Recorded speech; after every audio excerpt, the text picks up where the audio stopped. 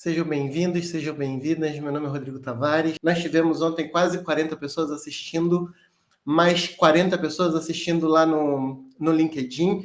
E eu acabei de descobrir que é o seguinte, eu não posso fazer live no Instagram porque eu não tenho 1.000 seguidores na minha conta do Espertostech lá no Instagram. Então, assim, para a gente conseguir fazer a live no Instagram, a gente precisa que você me ajude a fazer essa live no Instagram lá também, para que a gente possa chegar nesses 1.000 seguidores no Instagram. E aqui a gente tem https://fwzp.me/social. Esse daqui é o link da minha rede social, da rede social aqui do canal Espertostech, para deixar vocês a par. Aí a gente vai ter polêmica, né? A gente vai falar um pouco aqui sobre as demissões de monitoria que aconteceram aí no Banco Itaú. E vamos falar também da Deloitte, que estava que utilizou num projeto da Austrália um GPT ou algo parecido, acabou entregando, foi pegando pulo ali por conta de um monte de erros, e a gente vai comentar um pouco sobre isso aqui também. Vamos lá, o que aconteceu na semana passada? Como eu falei, se você não estava aqui no país, no Brasil, no planeta Terra, se você estava num retiro, você não sabe do que eu estou falando. Aconteceu uma grande polêmica, subiu lá no LinkedIn, um monte de gente comentando, um monte de notícia falando sobre isso. Vale ressaltar que a gente está falando aqui de notícias, né? Então eu estou reproduzindo o que estão aqui nos grandes canais de notícia. Deixa eu compartilhar a tela novamente com vocês.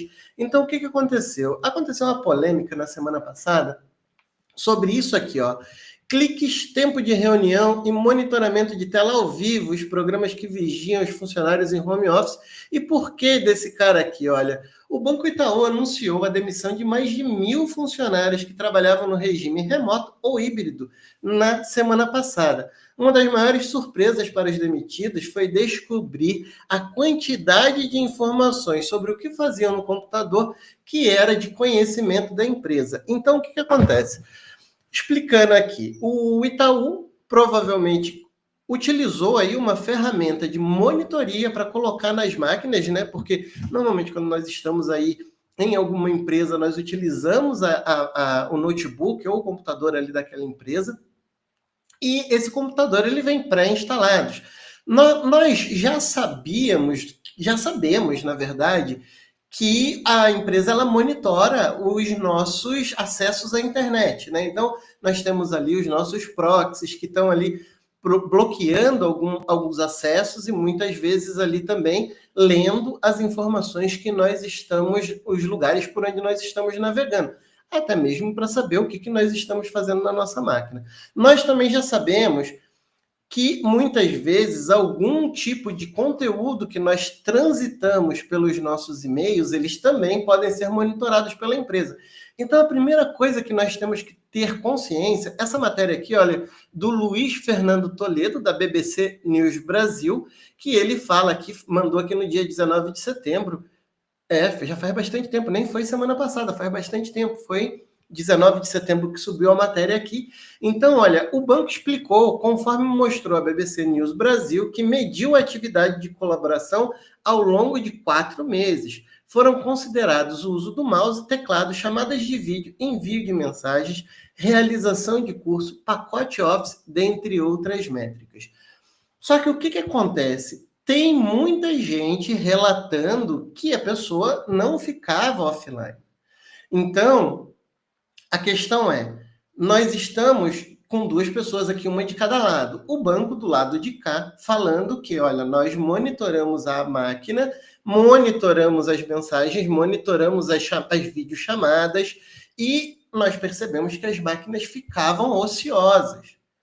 E isso aqui é muito importante que a gente tenha, gente, é uma questão muito de como funciona o mercado de trabalho no Brasil, basicamente, acredito que em qualquer lugar, mas quando nós trabalhamos em uma empresa, seja ela qualquer aqui no Brasil, você não trabalha por hora, você não trabalha por tarefa, você se compromete, normalmente nas empresas de TI, a trabalhar 40 horas por semana, nas demais empresas 44 horas, mas as empresas de TI têm ali um ciclo de 40 horas semanais.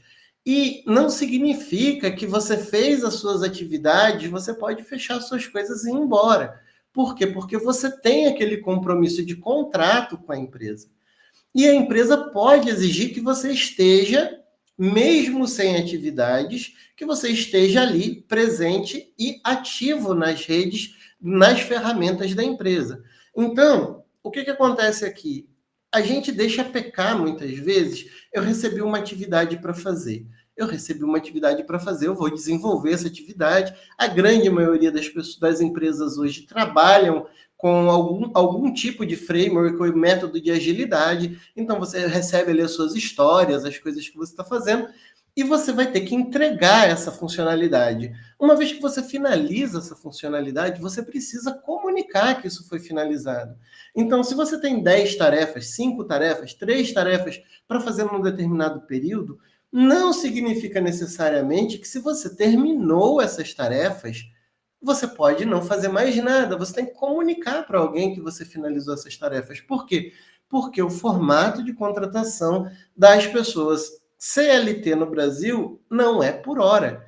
Ele é por período de trabalho. Então, as pessoas são contratadas normalmente para trabalhar de segunda a sexta, das 9 às 18 horas. Aí o banco foi lá e colocou uma ferramenta para monitorar as atividades, né, dessas pessoas nas suas estações. Onde que eu vejo que está o problema? Eu não vejo nenhum problema da empresa fazer esse tipo de monitoria, né?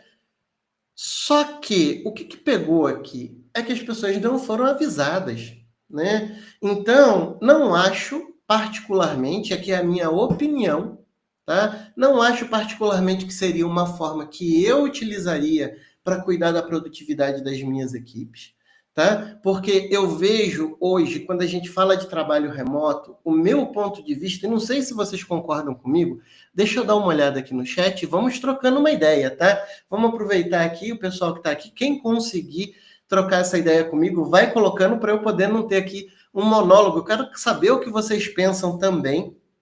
Então, na minha opinião, não é uma forma que eu utilizaria, mas eu também trabalho em uma empresa.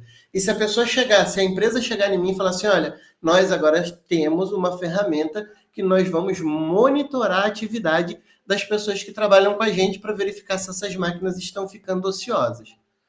Eu, obviamente, teria que aplicar, porque eu trabalho dentro da empresa e eu tenho que seguir as regras dessa empresa. Só que eu avisaria as pessoas que estaria sendo feita essa monitoria. Porque por mais que as pessoas saibam que a empresa tem esse direito, é importante que a empresa comunique. Então, quando você é medido por alguma coisa, vamos supor, quando a sua performance ela é medida por alguma coisa, ela precisa ser esclarecida. Então, o problema é de dar esse ar, na minha opinião, de espionagem, né? Porque pensa o seguinte, se a pessoa está no home office, ela tem a câmera dela, ela tem o vídeo dela, né? Ela tem o vídeo, ela tem o áudio, e acontecem ali coisas particulares dentro da casa dessa pessoa que ela não sabe, ela vai começar a ficar com medo. Nossa, mas será que estão monitorando também a minha câmera? Será que estão monitorando também o microfone? Será que as coisas que eu falo aqui em casa estão sendo registradas na empresa? Para evitar esse tipo de dúvida, o correto, na minha opinião, é você comunicar à pessoa que ela está sendo monitorada e quais são as métricas que estão sendo utilizadas, para que a pessoa se proteja, que ela possa ali saber. Ah, mas aí a pessoa pode dizer, poxa, mas o cara está ali trabalhando, ele deveria estar trabalhando. Eu sei, gente, eu sei, mas muitas vezes, como nós costumamos dizer, o óbvio precisa ser dito. Né? Porque provavelmente, levando em consideração o que o banco colocou aqui, ó, o próprio banco explicou, conforme mostrou a BBC, que mediu a atividade dos colaboradores durante 4 meses. Foram considerados o uso do mouse, teclado, chamadas de vídeo, envio de mensagem, realização de curso, pacote Office, dentre outros. Então, o que está sendo medido? A quantidade de tempo que você está mexendo no computador? Será que é a melhor forma de medir? Eu não sei. Por quê? Eu trabalho remotamente, daí eu gostaria de dizer, deixa eu ver aqui, ó, o Johnny Souza está dizendo, eu acho que a maneira não foi muito efetiva, mas é natural essa monitoria, principalmente no mundo financeiro. Olha só, o Johnny, ele trouxe uma coisa muito importante, eu concordo com você. além de ter, né, na maioria das empresas, algum tipo de validação de produtividade, quando a gente pensa num banco, né, numa instituição financeira, a gente está trabalhando ali com informações sensíveis, com dinheiro, com cartões, com esse tipo de informação. E daí, eu estou bem na frente, deixa eu ver aqui o que eu consigo fazer. Aí, ó, estou bem na frente da tela. A gente trabalha com esse tipo de informação mais sensível e existe ali uma monitoria até para que esses dados não sejam vazados, para que esses dados não sejam roubados da empresa. Então, existe uma monitoria de ferramentas. E aqui, o banco ele utilizou uma monitoria adicional para verificar se as máquinas estavam ociosas. Eu li em alguma outra matéria que o banco relatou que existiam pessoas que deixavam as máquinas de 3 a 4 horas ociosas. Então, assim, como que uma máquina no home office, então você não estava numa reunião, você não estava no auditório, ela ficou ociosa, né? E se o banco está dizendo, ele tentou ali se proteger. Porém, eu vi uma outra informação aqui ontem também no Sindicato dos Bancários de que houve um acordo entre o Itaú e as pessoas que foram demitidas para que houvesse ali um ressarcimento financeiro, porque é justamente essa questão. As pessoas não sabiam que estavam sendo monitoradas, então ficou esse ar de espionagem. Olha, nós monitoramos. Existe uma empresa aqui, que eu acho que é uma empresa americana, não tenho certeza se ela é americana, ela é a Crossover, e essa empresa, ela já fala ali na entrevista que existe um processo de monitoria da estação enquanto você está trabalhando. Então, esse processo de monitoria é dito, é claro, a pessoa, inclusive, ela pode dizer, não aceito essa vaga. Eu não aceito essa vaga porque eu não quero essa monitoria dessa forma. A pessoa tem essa opção. Se a empresa não fez isso na contratação porque não tinha essa ferramenta, mas aconteceu depois, ela precisaria comunicar isso depois. Esse é o meu ponto de vista. Agora, é a melhor forma de medir a produtividade? Porque a pergunta que não quer calar, né? Quem eram os líderes dessas pessoas que teoricamente, que supostamente ficavam 3, 4 horas ociosas? Porque trabalhar remotamente, no meu ponto de vista, não é só simplesmente chegar lá e largar, dar um computador para a pessoa, mandar ela para casa, jogar um monte de tarefa para ela no board e falar, trabalha aí. Né? Porque as pessoas precisam de algum tipo de orientação. Eu trabalho remotamente há 3 anos antes da pandemia. E a gente possui técnicas de gerenciamento dos times, técnicas de acompanhamento de atividade, técnicas de validação, coisas simples, né? Me fala se você está por aí, quando você chegar, se você dar uma saidinha, você me avisa. Se você olhar para a pessoa ali no Teams ou na ferramenta que a pessoa estiver usando na empresa dela, vai ver que essa pessoa está away ou que essa pessoa está offline. Então, assim, existe sim uma má-fé dessas supostas pessoas que ficaram offline, no meu ponto de vista, né, que ficaram ociosas ali, supostamente ociosas por algum tempo, mas existe um problema de gestão, né? Porque eu tenho aqui mais ou menos 9 ou 10 pessoas que trabalham diretamente comigo e eu sei exatamente o que essas pessoas estão fazendo no decorrer do dia. Eu sei exatamente como que elas estão atuando, eu sei exatamente o que elas estão entregando. Por quê? Porque existe um acompanhamento dessas atividades. Então, vocês concordam comigo? Então, assim, seria a forma que eu, se fosse a minha decisão de avaliação de produtividade, fazer uma monitoria da estação, eu não seria a forma que eu faria. Mas eu me recusaria se a minha empresa, se a empresa na qual eu trabalho pedisse com que eu fizesse isso, não me recusaria. Eu ficaria incomodado de saber que tem um programinha aqui monitorando a minha máquina aqui e olhando o que eu estou fazendo? Não, ficaria incomodado. Por quê? Porque, como diz o velho ditado, quem não deve não teme.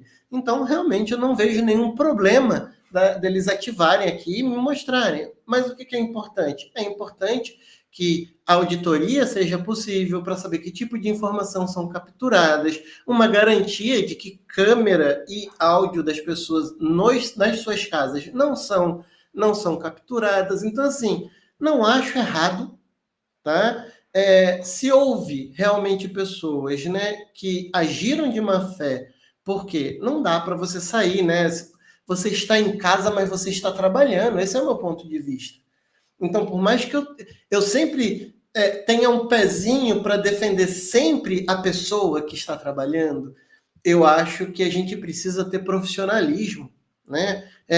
Eu costumo dizer muitas vezes que nós trabalhamos com adultos, nós não precisamos dizer para um adulto que ela tem que entrar no horário, que ela tem que sair num determinado horário, ou se a empresa for flexível em questão de horário, que ela precisa comunicar os horários que ela está, porque as empresas acabam fazendo monitoração de onde você está. Por exemplo, na empresa que eu trabalho, possui um localizador no ponto remoto. Então, ela verifica se a pessoa está marcando ponto, se ela está no local de trabalho dela, né? Ou se ela está lá no escritório, ou se ela está na casa dela. Ou se ela comunicou que ela está em algum lugar remoto que não seja os dois lugares combinados para o trabalho, porque precisa dessa informação. Então, assim, qual que é a opinião de vocês? Deixa eu dar o Johnny aqui, meu parceiro, conversando comigo. Olha só, o Johnny dizendo, estou remoto há uns 3 anos e temos muitos canais de comunicação. Até acho que trabalho mais no remoto do que presencialmente. É lógico, né? Porque presencialmente tem aquele monte de cafezinho, tem aquela levantada. O almoço, geralmente, você acaba almoçando em 1 hora, porque você acaba tendo que levantar para ir para algum lugar. Então, quando você está aqui no seu home office e você está efetivamente trabalhando, você vai acabar economizando tempo, né? Porque você vai economizar o tempo de viagem para ir, você vai economizar o tempo de viagem para voltar. Normalmente você vai economizar um pouco ali do vale refeição, porque você vai usar para fazer compra em casa, em vez de comer em restaurante caro, né? Porque hoje todos os restaurantes estão caros. E eu concordo com o Johnny que a gente trabalha mais em casa, né? A gente acaba trabalhando mais porque a gente está aqui o tempo inteiro. Então, eu me sinto melhor quando eu estou aqui, esse silêncio, essa possibilidade de estar aqui. Então, eu acho bem bacana. Eu gosto do trabalho remoto, eu acho que ele funciona muito bem. Então, é isso. A matéria inteira está aqui. Eu vou compartilhar o link dela com vocês. Deixa eu copiar aqui. Eu vou colar aqui o link dela. Mas qual que é a opinião de vocês? E, se você está me assistindo aqui agora, não esqueça de colocar aqui o botãozinho do like. Clica no botãozinho do like aqui embaixo, porque toda vez que você clica no like, o YouTube ou qualquer outra plataforma, né, ou o like aqui do Instagram, ou o like do YouTube, então conversa, manda mensagem para mim, diz para mim aí o que você acha, qual que é a sua opinião, porque eu concordo que, assim, pode haver, não vejo nenhum problema nessa monitoração, mas eu acho que ela deveria ser clara, né? Você deveria falar claramente, olha, essas são as coisas que nós estamos monitorando e fique tranquilo que informações pessoais, que o seu vídeo não vai ser aberto enquanto ele estiver fechado, que o seu microfone não vai ser aberto enquanto ele estiver desligado. Então, eu acho que esses pontos são importantes e espero, né, que essas pessoas aí que foram desligadas, que elas consigam se recolocar, opa, vamos lá, voltando. O LinkedIn, ele está com bastante oportunidade, não falta oportunidade. Então, vamos lá. Se por algum acaso é verdade, se por algum acaso você realmente deu uma vaciladinha ali, se você faz parte, foi um aprendizado. Infelizmente, aí, esse é a forma do aprendizado da vida, né? A gente acaba apanhando um pouco ali para aprender. E também, né, muitas das pessoas aqui no meio dessas demissões podem não ter sido só relacionado à demissão do monitoramento, pode ser por questões de performance, também pode ser por questões de corte. O que acontece é que muitas vezes o momento da demissão ele acaba sendo um momento muito doloroso, né, para as pessoas e não existe muito feedback ali e tal, até mesmo porque é um clima tenso, então as empresas realmente elas tendem a ser um pouco mais frias, ali, mais diretas para dizer o que aconteceu, até mesmo porque a pessoa já está recebendo uma notícia ruim e não é um momento de você tentar dar uma lição, ou tentar mostrar, ou dizer, ou fazer, porque aí você vai acabar gerando um conflito. Então, acabei de compartilhar com vocês aqui no chat e era isso, tá? Então, essa foi o blá blá blá que aconteceu, a fofoca que aconteceu aqui, matéria do Luiz Fernando Toledo no bbc.com do dia 19 de setembro de 2025.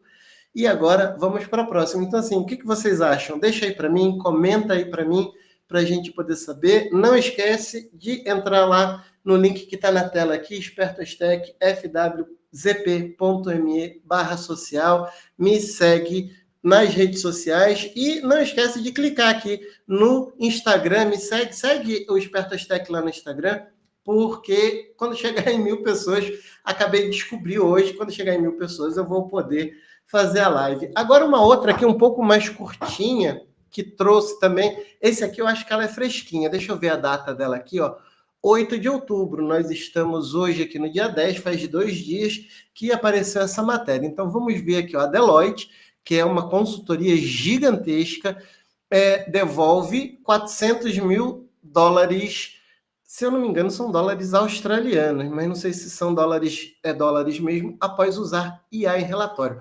O caso expõe um erro que muitas empresas ainda vão cometer. IA sem filtro humano é um risco. Vamos dar uma olhada. É uma matéria do Bruno Lois. Eu vou compartilhar com vocês aqui no chat também. Deixa eu colocar aqui. Vou compartilhar aqui no chat também. Deixa eu mandar aqui. Enviado. Está aqui o link dessa notícia. Então vamos lá. Ó. A inteligência artificial está revolucionando o mundo dos negócios, mas também está cobrando caro de quem ainda não entendeu como usá-lo. A Deloitte, uma das maiores consultorias globais de tecnologia, precisou devolver 400 mil dólares ao governo australiano depois de admitir o uso de uma IA generativa em um relatório oficial que continha erros graves e informações inventadas, tá? O erro que virou manchete. A Deloitte foi contratada para revisar a estrutura interna dos sistemas de compliance de tecnologia da informação da assistência social australiana, responsáveis por automatizar penalidades aplicadas a trabalhadores que descumprissem obrigações legais, né? Relatório entregue em 4 de julho, parecia mais uma entrega técnica de rotina, mas o problema começou quando especialistas perceberam incoerência e dados sem fonte rastreável. Em agosto, a empresa fez uma revisão, mas o estrago já estava feito. O documento apresentava alucinações, termo usado para descrever quando o sistema de IA inventa informações para preencher lacunas. E aqui, eu até aconselho que vocês deem uma olhada aqui, né, nesse vídeo, que é o vídeo Inteligência Artificial IA Não Existe, que está aqui no canal Espertostech. Vou copiar até o link dele aqui, ó. Compartilhar, vou copiar o link dele aqui, vou colocar aqui no chat também, para que vocês possam ver. Esse vídeo é bem interessante, porque eu vou dizer aqui como efetivamente essas IAs que nós chamamos de IA generativa, elas funcionam. Então, o que a gente tem aqui? Ó? Quando o Banco Itaú... Não é esse não. Aqui, ó, a denúncia que acendeu o alerta. O episódio ganhou força depois que um pesquisador da Universidade de Sydney, Christopher Root, analisou o relatório e concluiu que o texto estava repleto de dados falsos. Aqui, ó, segundo a Deloitte, Segundo ele, a Deloitte, em vez de corrigir os erros na versão revisada, substitui as informações erradas por outras igualmente falsas. Aqui, abre aspas para o Christopher Root, em vez de substituir as alucinações inventadas por uma referência real, eles acrescentaram novas informações falsas no lugar das apontadas anteriormente, disse o pesquisador ao The Guardian. Abre aspas de novo, o que sugere é que as afirmações feitas no relatório não foram baseadas em nenhuma fonte probatória real, tá? Então, aqui, ó, um ponto bem interessante, ó, o problema não foi a IA. E é interessante a gente saber, gente, que o que acontece? A IA, ela trabalha como? Aí a generativa, ela não é mágica, ela não aprende. Como eu disse ali no meu vídeo, como eu falo no meu vídeo, não existe inteligência artificial de verdade, existe um cálculo de probabilidade. Na última palestra que eu dei no TDC, eu falei justamente isso. Como que a IA faz? Quando você fala assim, me crie uma frase sobre cachorro, ela vai falar assim, de forma bem simplória, ela vai falar assim, o cachorro. Ela sabe que antes é um artigo. Se for português, ela vai entender como que monta uma frase.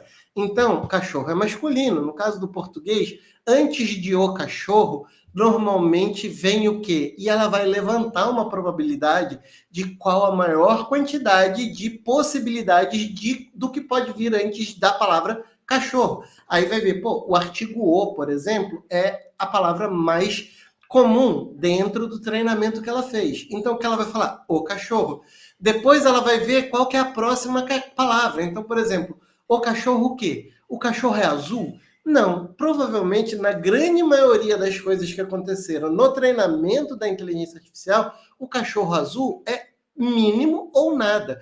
Vai ter o quê? O cachorro é bravo, o cachorro é grande, o cachorro late. Então, é assim que a IA vai chegar em uma probabilidade. Ela vai trazer probabilidades, ela vai limitar numa probabilidade aquilo ali. Então, por exemplo, aceite tudo que está acima de uma probabilidade X e aleatoriamente ela vai escolher os próximos termos e é isso que dá essa impressão de que ela é inteligente. Mas, na verdade, ela não é inteligente. E existe uma coisa que nós chamamos na IA de engenharia de prompt. O que é engenharia de prompt? Você precisa limitar no seu texto aonde você quer que a IA vá. Se ela tem que ir na internet, se ela não tem que ir na internet, se ela tem que consultar algum documento que você colocou ali, pedir para que ela valide. Hoje, por exemplo, o ChatGPT, quando você entra no ChatGPT, eu vou abrir aqui uma aba do ChatGPT, mas eu vou abrir aqui em um guest profile. Deixa eu colocar aqui, ó, GPT Chat. Vamos abrir aqui o ChatGPT, que é o mais famosinho, né? E vamos perguntar aqui alguma coisa para ele. Por exemplo, vou perguntar aqui, por exemplo, o que é engenharia de prompt, certo? O que é importante aqui, olha? Veja que como ele está trazendo aqui engenharia de prompt, veja que ele não pensou. O que significa pensar? Significa que ele não foi em algum lugar pensar. Agora, olha só, mais uma vez ele trouxe aqui, e olha só, ele acabou de falar do cachorro.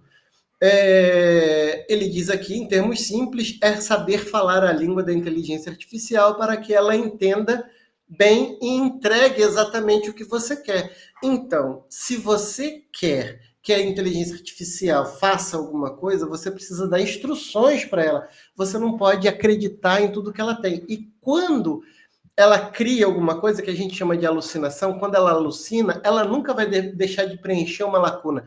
E ela vai preencher uma lacuna com qualquer coisa. E se ela não conseguir achar essa informação, ela vai pôr qualquer coisa ali. Então, o que acontece? Essas alucinações você não pode levar para o cliente final, por exemplo, sem dar uma revisada, né, gente? Pelo amor de Deus. Então, precisa revisar. A IA não pode, você não pode entregar algo sozinho. Agora, quando eu venho aqui e troco, por exemplo, ó, search, eu vou clicar aqui, o que eu estou dizendo para ela? Eu estou dizendo, busque na internet. Agora, eu vou perguntar a mesma coisa de novo para o GPT, eu vou clicar no botãozinho Search, e eu vou dizer aqui, ó, o que é engenharia de prompt, procure referências.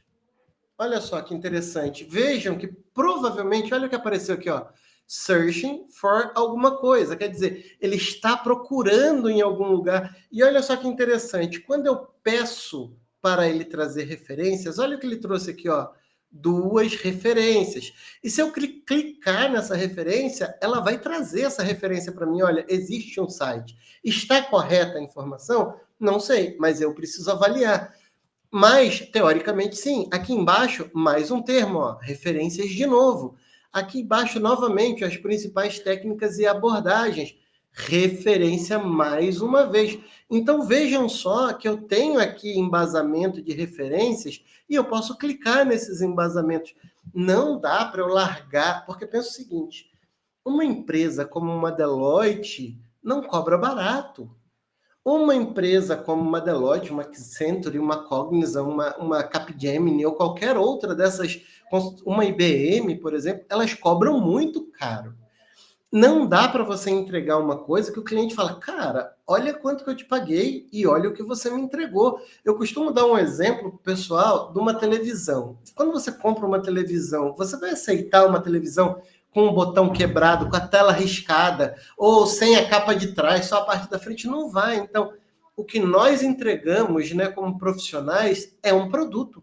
Para a gente, é só aqui o nosso raciocínio, o nosso estudo, etc. Mas para o cara que está recebendo, para a empresa que está recebendo, para a pessoa que está recebendo, isso é um produto. E esse produto precisa estar bem cuidado, precisa estar bem embrulhado, ele precisa estar bem revisado. Senão, por que eu paguei? Né? Então, vamos dar mais uma olhada aqui na matéria. Tá? Então vamos lá, ó. O erro que virou manchete aqui é exatamente isso. Ó. No relatório, o problema não foi a IA, foi a falta de inteligência humana. É óbvio. Né? Então a gente precisa entender a inteligência artificial que nós chamamos de inteligência artificial, na verdade é uma LLM, que putz, esqueci o que é LLM, mas a gente pesquisa aqui, ó, LLM, porque eu esqueci. Tá? Então aqui, ó, Large Language Model, que é um modelo grande de linguagem. Quer dizer, large não é bem um modelo grande, acho que a tradução não ficou tão boa aqui assim. Seria um modelo amplo, vamos dizer assim, né? Large, a gente poderia traduzir melhor para um modelo amplo. Quer dizer, tem muita informação lá. Então, não é só jogar o trabalho da faculdade. A gente já viu aqui que não são só os estudantes de faculdade que estão utilizando inteligência artificial ou copiando coisas da internet, né? Pelo amor de Deus, né, gente? Não pode, né? E vale ressaltar, né, que não é uma questão da Deloitte em si, e sim da pessoa que fez essa entrega, né? Com certeza a própria Deloitte tinha ali um profissional, que foi o profissional responsável, e ela deve ter ficado tão chateada quanto o governo australiano por conta disso. Mas me conta, deixa eu ver o que vocês estão falando, deixa eu ver o meu amigo aqui que está no chat comigo, deixa eu ver, não está rolando para o final isso aqui, deixa eu ver, ele jogou no YouTube, deixa eu ver se eu consigo ver o comentário dele aqui no YouTube, tá? Deixa eu ver aqui só um minutinho, onde está você? Abrindo aqui, deixa eu ver o que tem. O último comentário. Foi uma tarefa. Essa é muito boa, ainda estamos aprendendo a usar essa tal de inteligência artificial. E aqui foi uma tarefa dada a um júnior. Olha, um bom júnior não faria isso, sabe? Um bom júnior, eu defendo o júnior, meu amigo, porque os júniores, eles estão ali, é mais fácil um sênior fazer uma bobagem do que um júnior, porque o júnior normalmente ele está ali bem preocupadinho em aprender e etc. Então, é isso, gente. Então, olha, vamos lá. Para quem chegou até aqui comigo, nós temos algumas pessoas.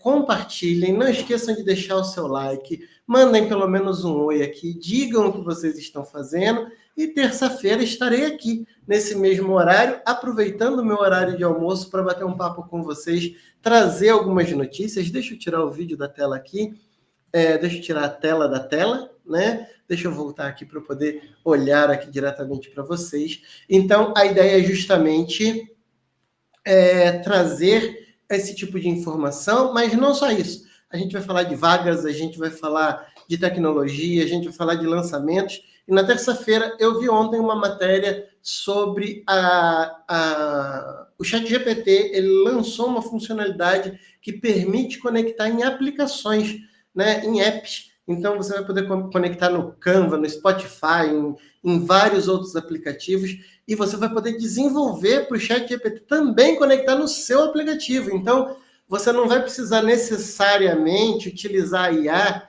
lá no seu aplicativo. Você vai poder conectar o seu aplicativo no ChatGPT e aí a pessoa só digitar o nome do seu aplicativo e fazer uma pergunta que ele vai utilizar você como referência para poder dar a resposta. Muito legal isso, mas eu posso ter falado um monte de bobeira aqui porque eu não li em detalhes isso. Ó, estouramos aqui, passamos um pouquinho do tempo, eu ainda estou no horário de almoço, daqui a 10 minutinhos eu volto.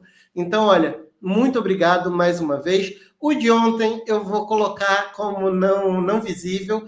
O de hoje eu acho que foi um pouco melhor e a gente vai melhorando aqui esse bate-papo com vocês todos os dias um pouquinho. Na próxima terça-feira estaremos aqui, 12:30, e vamos conversar. Mandem mensagens aqui, se quiserem trazer, se quiserem ver alguma notícia, se virem alguma notícia, algum post do Instagram, algum post no LinkedIn, mandem para mim, pode mandar privado lá no LinkedIn, pode mandar privado no Instagram, que eu vou dar uma olhada, a gente pode trazer aqui. Se quiserem que eu traga alguma coisa no ao vivo, lembra que eu falei que no finalzinho eu vou trazer aqui um treinamentozinho rápido, um fast code, vamos dizer assim, de alguma coisa? Me mandem também, se vocês querem alguma coisa em especial. Vamos falar de API, vamos falar de Java, vamos falar de TypeScript, vamos falar de Angular, Front, Back, C Sharp, Node, vamos ver linguagens novas, etc. E aqui, mais uma vez, treinamento de Java está disponível lá. Eu já coloquei o link para vocês aqui, mas eu só vou fazer mais aulas daquele treinamento de Java quando a gente tiver com 50 pessoas online aqui nas nossas novidades e notícias do meio-dia e meio. Então, assim, compartilhem. Compartilhem com o amiguinho, compartilhem com a amiguinha, compartilhem na faculdade, mostra para os grupos e eu espero que eu possa ajudá-los aí de alguma forma. Tudo bem? Redes sociais, fwzp.me/social. Você vai cair lá nas minhas redes sociais, assina todas, segue todas. Muito obrigado e até terça-feira, 12:30, estarei por aqui. Um abraço, gente. Tchau, tchau.